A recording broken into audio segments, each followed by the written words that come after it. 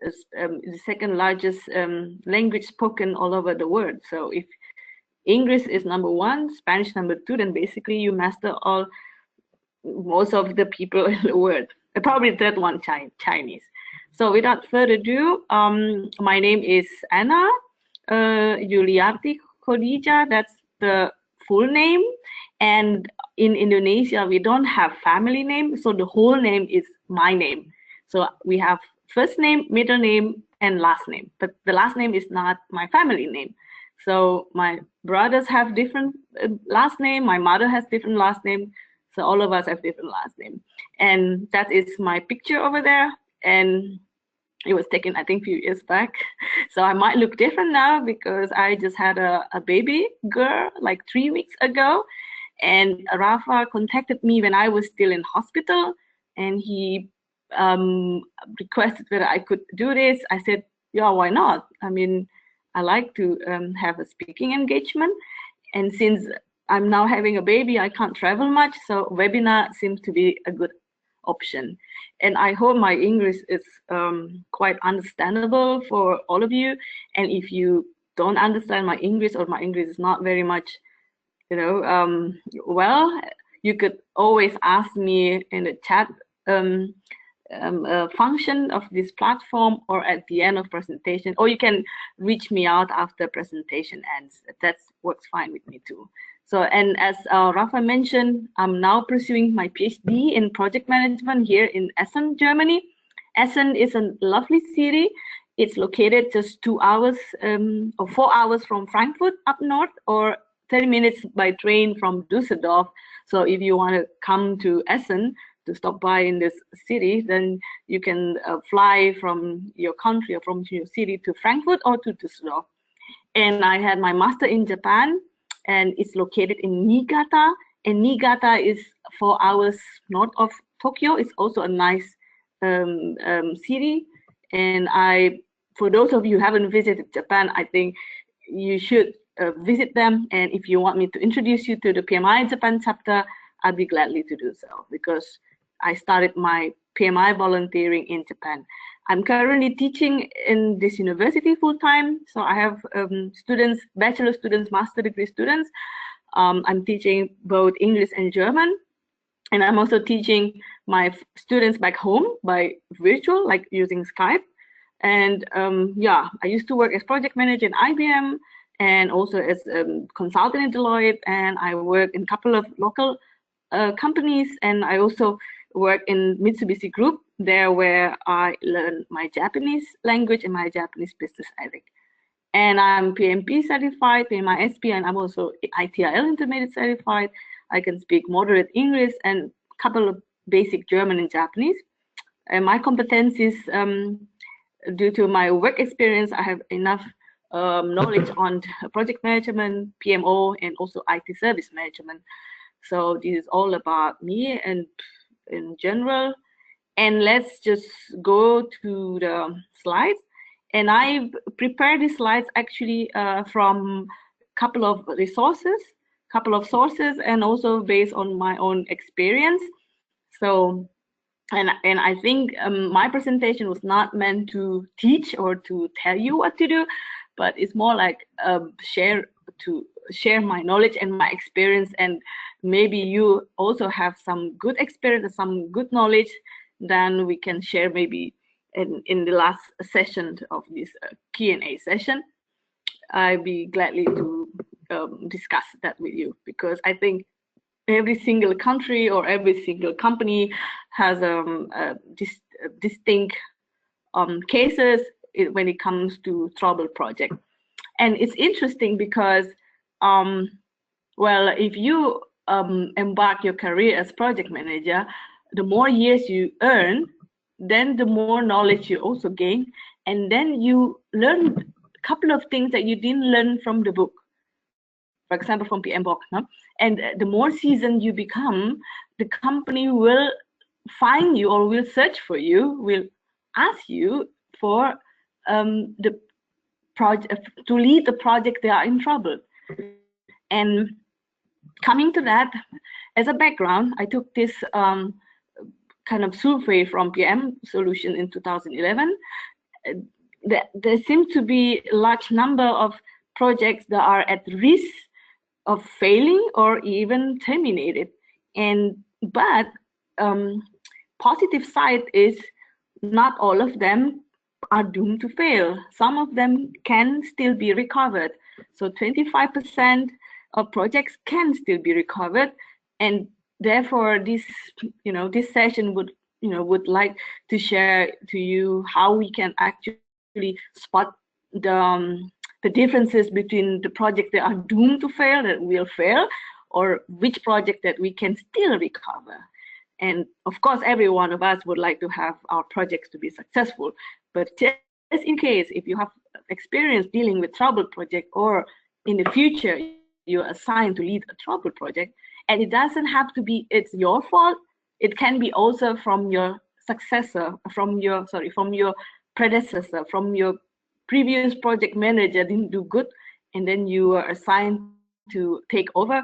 Then there is a big question whether you should take it or whether you should say, no, sorry, this project is doomed to fail.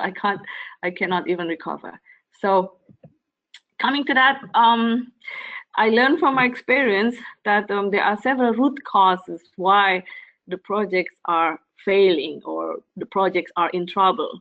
And basically these are coming from 5 main causes, and I believe you probably have your own opinions, but let me just share what I learned so far. The first one is because the unrealistic schedule, and this happens when the project schedule is estimated by somebody else. So if the project is estimated by, for example, the pre-sales or sales department or people who are not working on the project, then there's a high risk that the project estimates are unrealistic. And the second reason will be the resources. It could be lack of resources. That means the project started too early or being pushed to start too early, that the resources are not yet available, or we push the resource incompetent or not matching to the qualification and makes the resource stressful, and they leave the company, leading to the high turnover of the key resources, or can be conflicts in the team. The third reason could be the risk, and that's like major risks that are not identified in the beginning, or they are identified but not properly managed when it came to a picture. So that's the third reason. And the fourth reason will be the requirements, and this leads to the unrealistic schedule. So basically the requirements are unclear, lack of priority, or well, we could see, like, for example, the customers actually don't know what they want, but we still try to get the project started. So there's some ambiguity or some inaccuracy in terms of requirements at the beginning. And the last will be the planning, and this is caused by insufficient data or poor estimates, some other stuff that are basically happen in the beginning or in the early stage of the project. So these 5 root causes, I would say, are the main the main problems of why the projects could lead to a troubled project. Now, I will make 4 segments of my presentation. So those previous slides were just introduction, and moving forward, I would like to talk in 4 different segments. First is how can we detect the project is in trouble, and then we go to assessment, and we go to strategy plan, and at the end, how to execute the troubled project. Hopefully, this will make us this will give you a clear picture what to do at the beginning when you're assigned in a troubled project. Now, the first question that you have to ask yourself or to ask your project sponsors or your team is, are we really in trouble? Because sometimes it's just in the head of someone saying that, oh, our project is in trouble. Oh, this project is not good. Oh, the customer is unhappy. Oh, this and that, or some negative tones on our project. But the question, are we really in trouble? So before before we come to a statement that a project is in trouble, we as a project managers have to understand what the project tolerances are. And these will be defined normally at the beginning of the project, even prior to the project, by the project sponsors. Or if you are working in the company that they have a standardized project tolerances normally set up by the PMO, then you can simply ask them, what is the project tolerances in our company? And they will have to share this, because this is the first indicators whether your project in trouble. Then when you have these project tolerances, then you verify the project using these tolerances to understand where you are. And if the tolerances exceed the acceptable levels of tolerances, then you can say to everyone, yes, our project is in trouble. So this is the logical way. And so my tips is, don't get panic when somebody comes to you and say, oh, your project is in trouble. Try to get more data from the PMO, from your boss, or from your project sponsor, from your customers, the standards in your project, how much delay is delay, for example, or how much is missing deadline is really in trouble.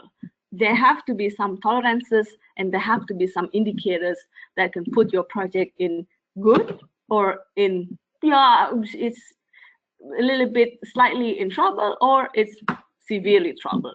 So these you have to find out. Then you can also use a couple of these samples of vital signs. For example, the tolerances that we normally use in the past is the variance between the plan and actual schedule, or between the budget and actual costs, the deliverables completed on schedule, or the budgeted and used resources, and also the number of risks with high probability impact. Normally, because I used to work as a PMO in the past also, normally these 5 at the minimum that we have to have in the company or in our project. So if you're working as project manager, or if you're working as PMO, try to see whether your company or where your client or where your project has these tolerances set in the beginning. That is very important that you know this, or you set this in the beginning, or that is even much better if you can set this before the project starts, so that everybody know when it comes to some reports coming, and when there are some variances on the schedule, and you can tell everyone, yes, the schedule is slightly delayed, but it's not going to a trouble project. So these tolerances you have to know, you have to define, you have to figure out, and you have to set up in the beginning or even before the project starts. And you can also use some other indicators.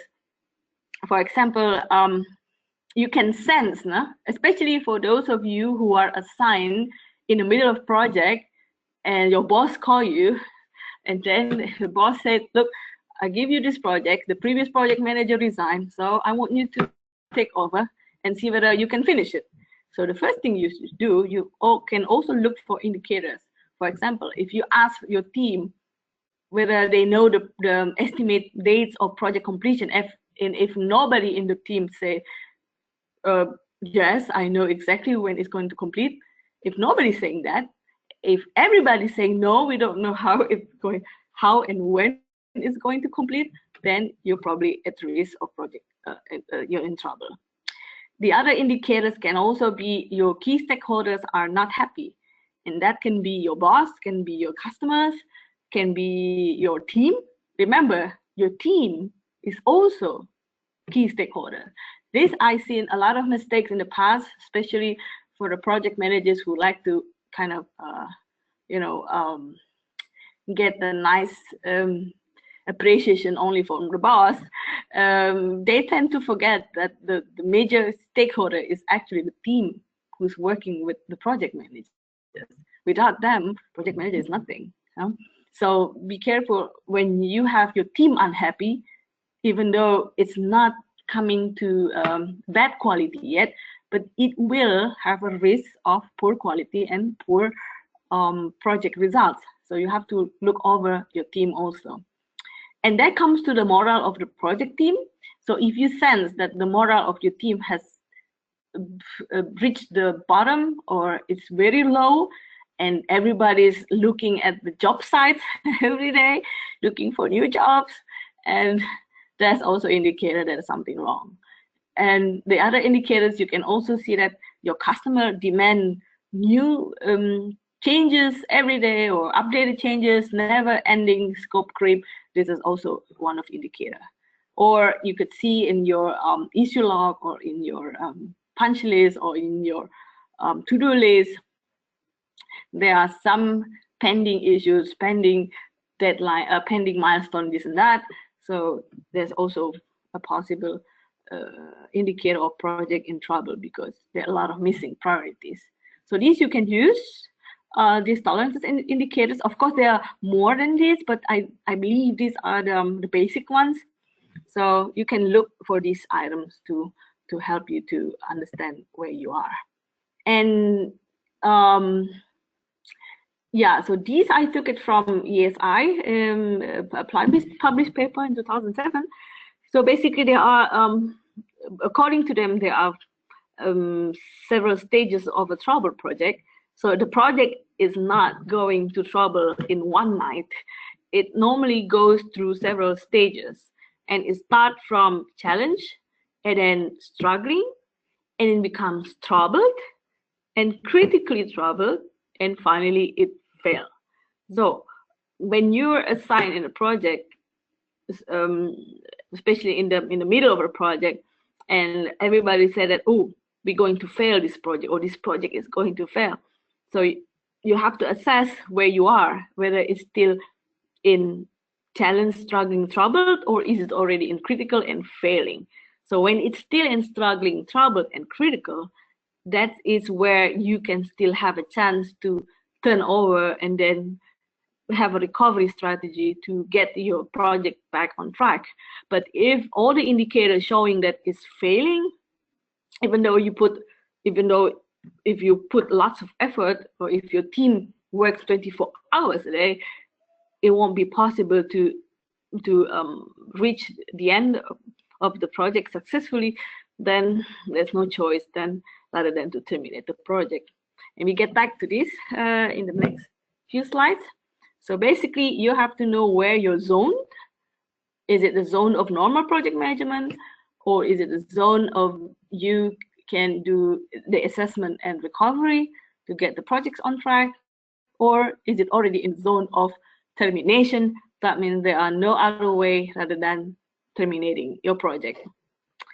So that is the first stage. So the first step you have to do is to detect, to analyze, to have a sense, quick sense with the tolerances indicators whether your project is in trouble. Then the second step that you will have to do is to have a proper assessment. And the difference between detection and assessment is the detail of the data that you gathered. In the assessment stage, you will have more details and more deep and more accurate, and you probably have to talk to some people, you have to gather some more data, dig more, and this requires more effort than the detection stage. So I also cited ASI 2007 for this rapid assessment approach that they introduced. So you could start by the assessment plan. If your company has one, you can use it. You can ask the PMO, or if you're the PMO, you can probably make initiative to create a trouble project assessment strategy and something like this. And then you create or you establish a war room. A war room is actually a room that you can gather all the key stakeholders in, including your project sponsors. So it's not just your team, but you can also call your project sponsors to this room and have a discussion with the team. And this sounds like really, I would say, well, some of my previous colleagues asked me, do we need this? And I say, yes. If you can't have everyone in the same room and share their opinion, how can solve the problems that we don't know. So establishing war room is good, but just be careful whether this is common practice in your company or in your client. So you have to check first. Then when you have a room, a designated room, a designated project room, then you call everyone to the room, you assemble the team, and you hold a kickoff, similar to kickoff meeting, but it's more like a project recovery kickoff meeting. And you prepare kind of questions to them. And this is anonymous questions, and they have to fill it out and get the questions form back to you. And then you can analyze this data or these questionnaires. If necessary, you can also conduct further interviews with, for example, with your boss or with the client's boss, if it's needed. And then you can establish a preliminary findings. You can validate, update your findings with your team sponsors. Then you aggregate final findings. Then you present the findings to your project sponsors. And I did this in the past. If you ask me how long it takes for the whole process to finish, it all depends on the size of your project. If the project is huge, in my case, I was assigned in a troubled ERP project, and the ERP project is a 2 years project broken into 2 stages. So 1 year, one stage is 1 year, and I was assigned in the middle of the first year. And therefore, it took me about 2 weeks to analyze and everything and gather the reports. Within 2 or 3 days, at the end of the 3rd week, I presented to my boss. And yeah, and then the boss make kind of directors meeting and contact the client directors to have a follow-ups based on my finding. So again, it depends on the size of your project. If it's large, it will take some time. But if it's relatively small or medium size, like 3 months to 6 months project, then you probably need maximum like 5 days, 3 to 5 days, no more, to gather these findings. It also depends on how much access you can gain, or how easy for you to gain access to the data, for example, to the PMO data, to the project report data, to meet your project sponsors, how easy for you to be able to do this. So it all depends on this. So once you have the assessment process started and you collect all of the data and you gather this data and you prepare your findings report, and these are the example of what you could put in your findings report, the background of why you're doing this, your project sponsor, project charter, what are the key triggered events that make you to do this or assign you to create the project trouble project report, date of assessment, scope of review, key findings, recommendation, immediate action plan. In my case, when I did this, I made about 7 to 8 slides deck. I think you don't have to create like 20 slides or more than 20 slides, because you're going to present to your boss or to directors level or to your client directors level. Then they don't have much time to review or to see to 20 slides. You could, however, put the minor findings as your appendix, but I would say limit to 5 to 7. That means where we are now and what is the options. And if you choose option A, what will happen? Option B will happen. Option C will happen. Something like this. Maybe in the next session, I could share more in details about this report. If some of you are having interest, maybe we can have a follow-up session after this one. But this session, I just limit to the process and to the approach.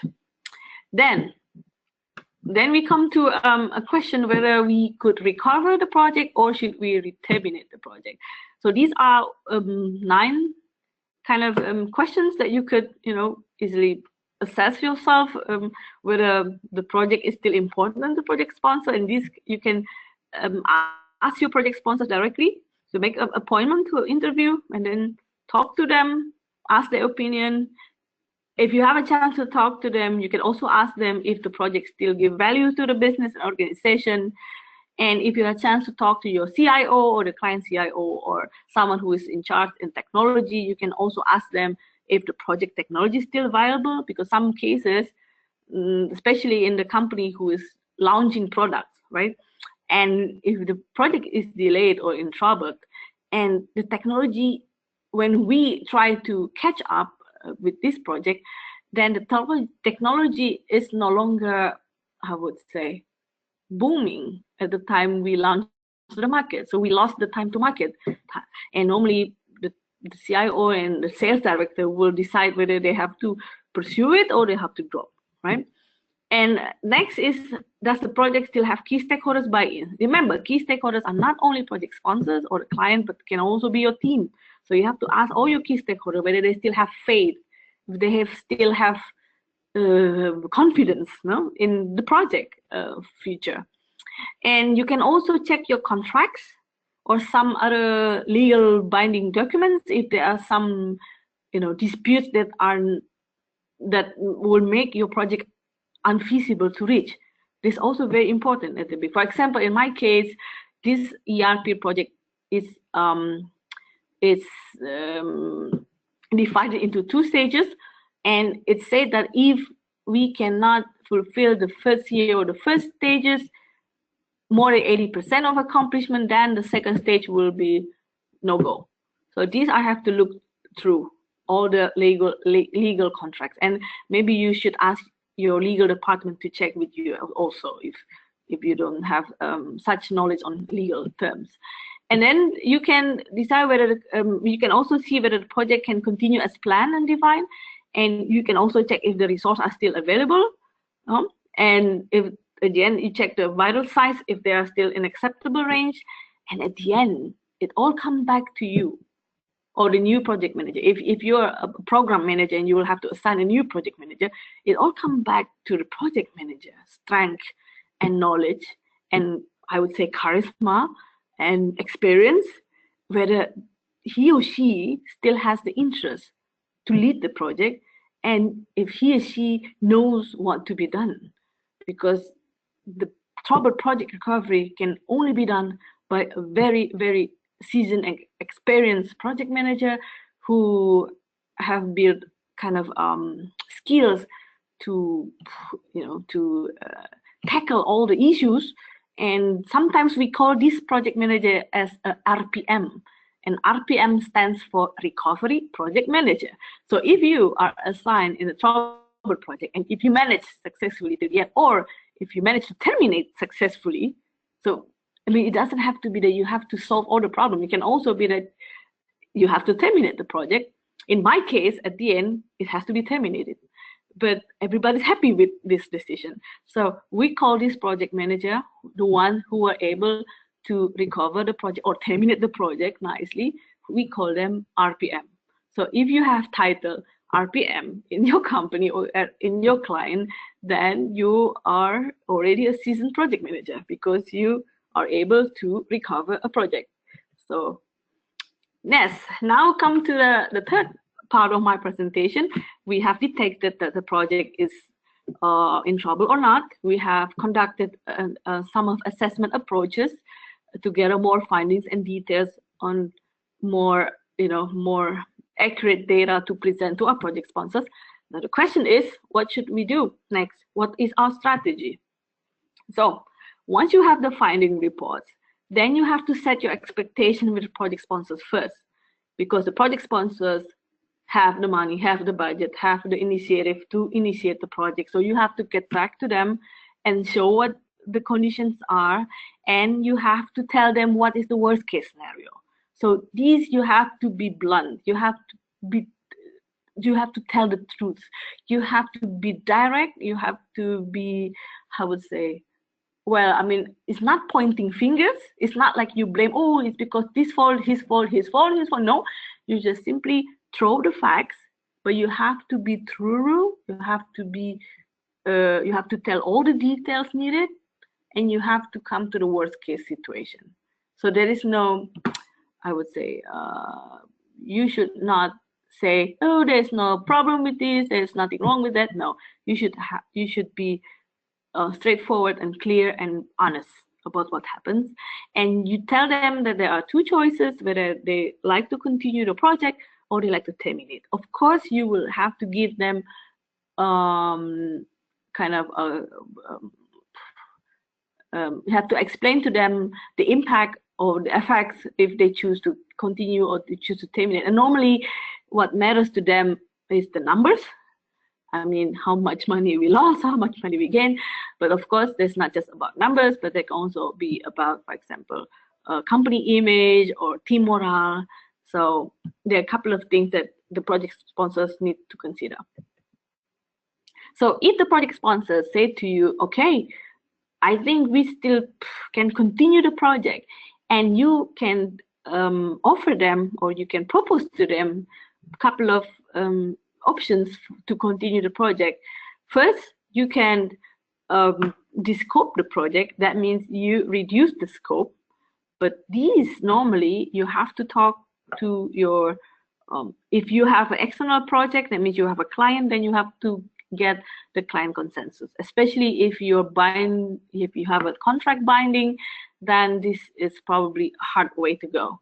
If you have internal project, that will be much more likely to have a descope, because by descoping, then you can get your project on track with the same resources or even with minimum resources.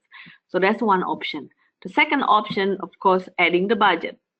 Yeah, I mean, who doesn't like this option, right? But there are cases that the company has to continue the project. In this case, maybe because it's something to do with regulation. Like when I work in the bank, we have regulations that every year we have to submit a report to the regulatory bank, and there is no excuse not to finish the project. So no matter what it takes, no matter how much money we should put into this project, we have to complete this project before the deadline, because it's a regulation compulsory. The third option is you can extend the time, and this is only when, for example, you have low or minimum resources and not much budget. But then there is no urgency in terms of the project completion date. Then you can propose to extend the time, and that means you add the schedule estimate to it, and you can keep the cost, hopefully, or you can actually reduce the number of people too. The fourth option is the combination of the combination of two or more than two of the other options. In this case, you can redefine the scope, and it's either you can redefine the scope and the cost, or the scope and the schedule, or the schedule and the cost, or combination of all of both. So this particularly is very tough, and I did this in the past because our project was legal binding project with external customers, and we simply don't have a resource to continue. We don't have a schedule, realistic schedule anymore, and we have to reduce the scope. There are some features that are not feasible to continue. So we cut all of these elements, and that was a hard negotiation. But if it's the only choice, then that's the only choice. So these are the four options if you continue. And if the project sponsor said we terminate, then there can also be you carry the work and resource to another project. This is called addition. Or you can carry only the work to another project, which is absorption. Or you can terminate because there are no resources, that is starvation. Or you can terminate the project immediately and release the resources to other project, which is extinction. And these four project termination, I think you can read more in the PMBOK. I think they have a special page to explain more in detail about project termination options. And last segment, I hope I can finish in the next 1 or 2 minutes, is to recover. So how would you recover the project? You have to carry on recovery plans, initiate these plans, monitor in every interval. You have to baseline, probably re-baseline your project plans, and then you hold the exit interview, and finally your recovery is complete. So these are the recovery process. It might take weeks, months. It depends on how big your project and how you would like to recover your project. So again, it's all back to you and your project sponsors. and hopefully your PMO can also support you. And this is the last slide I have as a conclusion. Again, I took it from PM Solutions. There's a survey saying that majority of the project manager or the project sponsors would probably like to redefine the project, which is to the scope, extend the timeline, etc.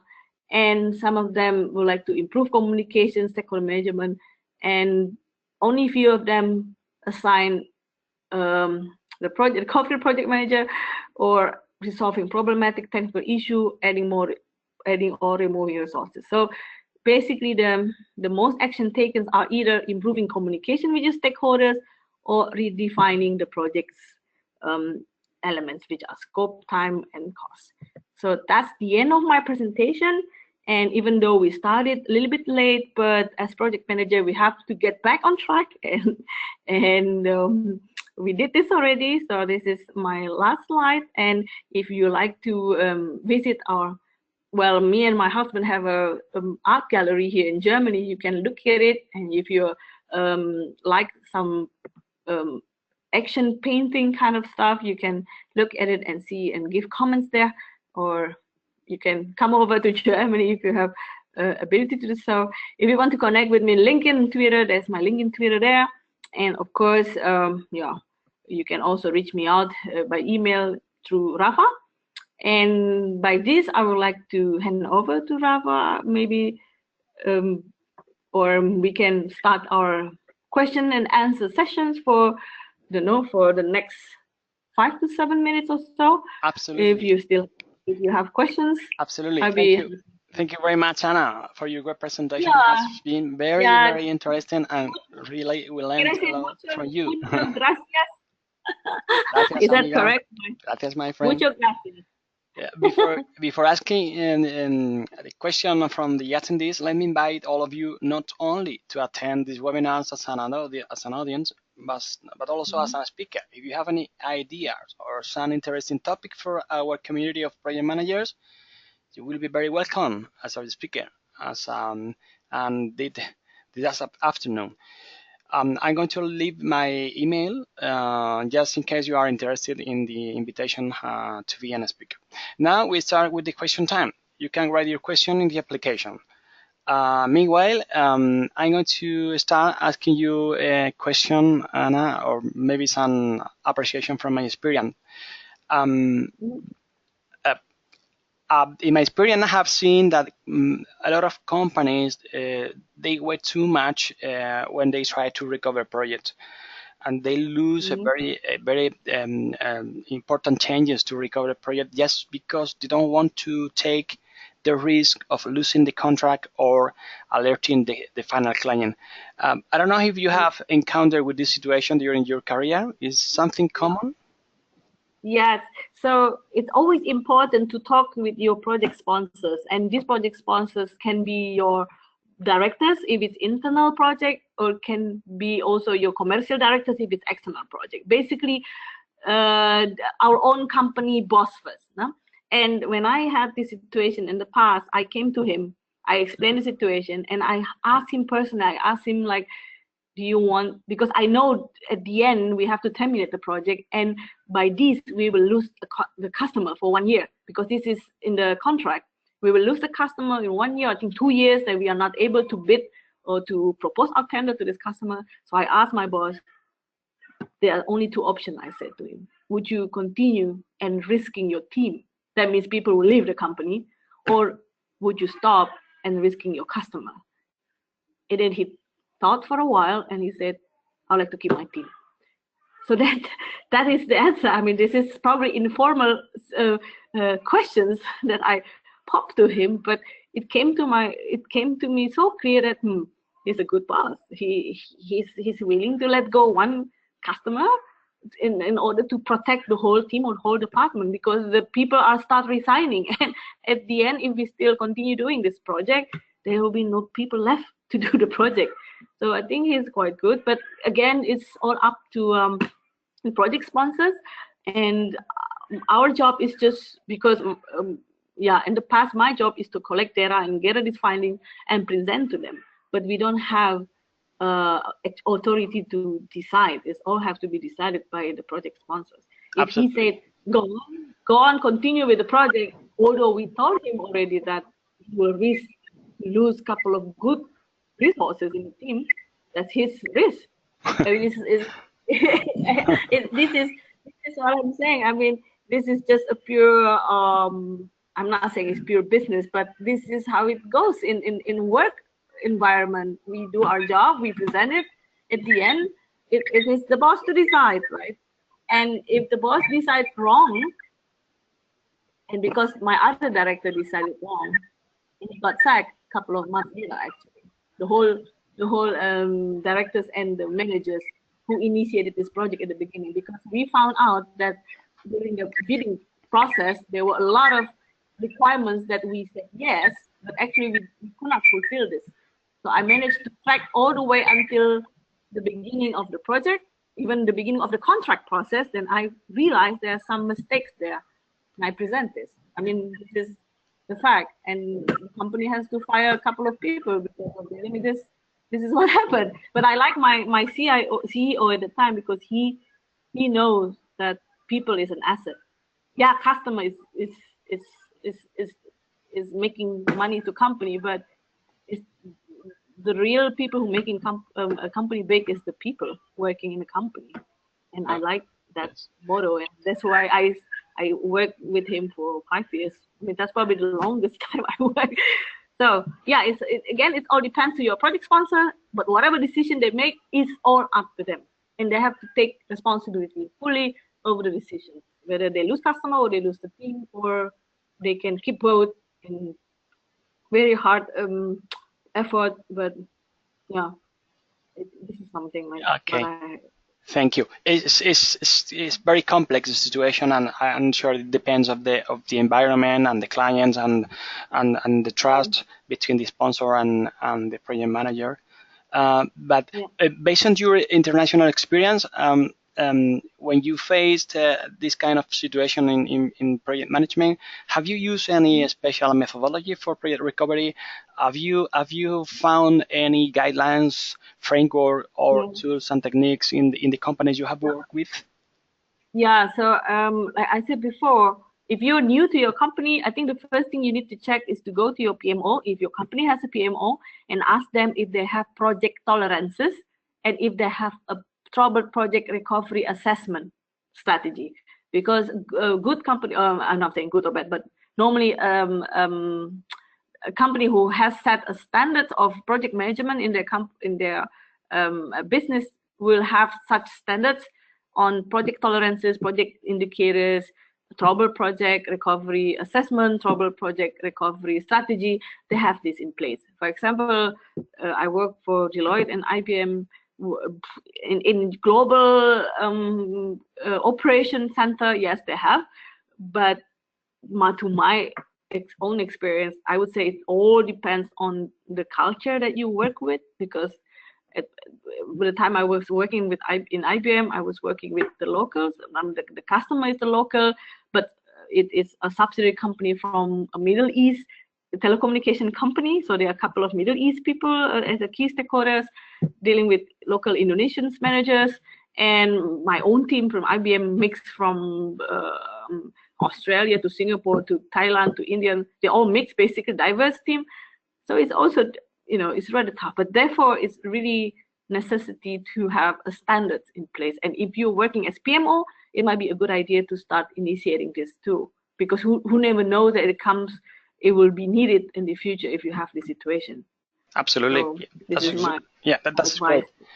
I hope we can find more help from the PNOs, actual PNOs in this area. I think even the PNI should have to start some kind of good practices in project recovery. I think they miss from the official catalogs some very good reading from this topic. Okay, let's continue just a little bit. We have a couple of questions here for you, and one from Daniel Oaxaca. Daniel asks you the following: how to explain to the stakeholders and the sponsor that it's better to cancel a project because it is impossible to recover it and start a new project according to the evaluation done? how to explain that to stakeholder and the sponsor and Yes, the sponsor? this is not an easy job. So first of all, you have to understand why they assign you there. So at the time I was assigned to this trouble project, I asked my boss, am I assigned as a project manager or am I assigned as a recovery project manager? And I explained them the difference, because if I'm assigned as project manager, I would say, wait a minute, the two previous project managers have resigned, so this can't be good, right? But if they ask me to investigate and they give me flexibility to get a findings, and so that means they need us, our skill and our expertise to give them feedback, and this is good. So first you have to understand what they want from you when they assign you to a trouble project, especially if the project is carried over by so many people in the past already. You have to be careful, because it might come back to you that people will point you saying that you're in blame, but you're not in blame. I mean, it's all fault from the beginning. So when you have secured this with your boss, when they assign you that you can come back with findings, then you're good to go. So this is very tricky at the beginning. So if you're assigned to a project, you don't know anything about it, and you know it's going to be trouble at your site, you have to talk nicely to your boss. Tell them that, look, I don't want this to pop up in my resume as my bad project, right? I want to have my resume clean from this bad project, especially it's not something that I started at the beginning. Of course, I would like to do my best to recover, but is there any flexibility, or is there any chance or room for me to come back to you and explain to you if I can't do this? This has to be in the beginning, even before you fly to the client, you go to your team. This has to be done, and this has to be like personal, informal. I don't know. It depends. It really depends on how much the trust between you and your boss. If you say that's a really useful. just, yes, this is kind of an agreement between the sponsor and the project manager, not to be taken So when you have this trust from them, that they really want to know what's going on there, can you just find out for us, please? And if it's possible to recover, that will be great. But if you cannot, please tell us. Then you're ready to go. You're in the mission. You're there to get all the fact sheet, and you come back. And if there is a chance for you to recover, you tell them. You can't just quit and say, oh, there's nothing you can do, but actually there's something you can do. That's not good. That's not professional. But if there is nothing you can do, you also have to tell them. Otherwise, you get busted. Otherwise, you are going to be blamed, because everybody say, oh, I thought you can recover, but then you cannot. So this is in dilemma. This is very problematic, and this requires a very, very seasoned years of experience. So for those of you, I would say, I'm not saying that less than 5-year experience is not good, but you can try this. But just use these tips. If you sense that this is going to hit you back, you have to talk to your boss before you even say yes. But if you sense there is a trust that they want your feedback, then you go, you collect this, you come back. And when you talk to them, when you talk to project sponsor or key stakeholder, you have to say to them, look, this is my honest opinion based on my experience, based on my understanding, my knowledge. No? There's a reason why you assigned me to investigate this, to get a finding, and this is what I know. And of course, the decision is all up to yours. It's all up to you to make decision, and I will follow your decision. So at the end, you're still an employer. You can't say no if they still say, oh, I know your report saying we should terminate this project, but I want you to continue. And you take it, because you are an employer. You can't say fuck off to your project sponsor. You have to take it and go, but at least you already document something that is not your fault. You already document something to your boss or to your project stakeholder. You already proposed to terminate, but they won't listen. So it's not your fault. And I did this because I presented that they should terminate, but the commercial director did not want to terminate. He continued the project for another 3 months, and the team finally resigned one by one. And my CEO finally had to stop the project and fire two directors were fired because of this project. But I was not getting fired because I was telling the truth. So this is very dilemmatic situation. I hope none of you will have this problem in the future, but if you do, just take it very calm and try to be logical all the time. Use your experience and knowledge in your head rather than your emotion. Okay, thank you for the real experience from the first hand. Absolutely, and totally agree with you. It's something that must to be planned and based on the trust from between the sponsor and the PM or recovery Yes. project manager. Okay, let's go with the last question. This comes from my friend Sergio Garcia. Yeah. Sergio, make the following question. Have you ever taken over a project from another contractor where the project was delayed with low quality and all the main stakeholders discussed it? What would be the best approach to manage this mess? Thank you in advance. Yes. So like I told you, I have a couple of experience assigned to a troubled project. So it's very important at the beginning, if especially if you're external contractor. If you're a contractor, that means you have a client, and you have a client and you have a contract. So first thing you need to do, open the two files. One is the contract. Of course, you have to go through what the milestones, what are the deliverables they are missing. And if you think they are not feasible to reach any more with the contractual milestone, then you have to tell your boss. I mean, you have to have a boss that you can talk with, right? So you have to tell your boss, we are taking a dead end project, okay? And unless you're willing to take this into our account or what, but I've seen a lot of missing priorities, missing milestone, missing this and that in our contract. And contract is something legal binding. The client can sue you, and so you have to tell it to your boss. Are you willing the company to be sued by our client because of the previous mistakes done by external contractor, just because we want to get the money a little bit in? And they have to make decision again. And after checking the contract, the second is you check your schedule. And of course, there will be a couple of versions of schedule, the one made by the previous contractor, and you should not trust that schedule. You should kind of re-baseline the schedule with your own findings. So you should not take schedule from your previous contractor just like that. You have to check to your site, or you have to check to your client, have to check to your team the reality of each milestone in the project, and you re-baseline them and check with the contract again if this re-baseline schedule already making the contractual milestone not feasible. Then you talk to your boss. This is how. So instead of saying yes, yes, yes, you should say, okay, boss, can you give me 1 day to investigate things? This is the better approach. And PMI also has this conduct too. If you assign or if you ask to do something, you should think and analyze first before making decision, right? I think this is what PMIism trying to tell you.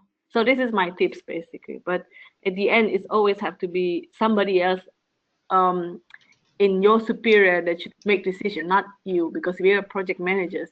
We're doing project, not actually making contract from previous company recovered. This is not our job. Thank you, Anna. With this answer of Anna ends our webinar this month. I remind you that with the assistant you will obtain one PDU, and we will send you an email with instructions to get it. Again, thank you to the attendees and especially to Anna for sharing your knowledge. Finally, I want to invite you, all of you, to our December webinar on December the 4th. We will enjoy the interesting presentation by Miguel Escribano titled New PMBOK 6 edition versus PMBOK 5 or 5th edition.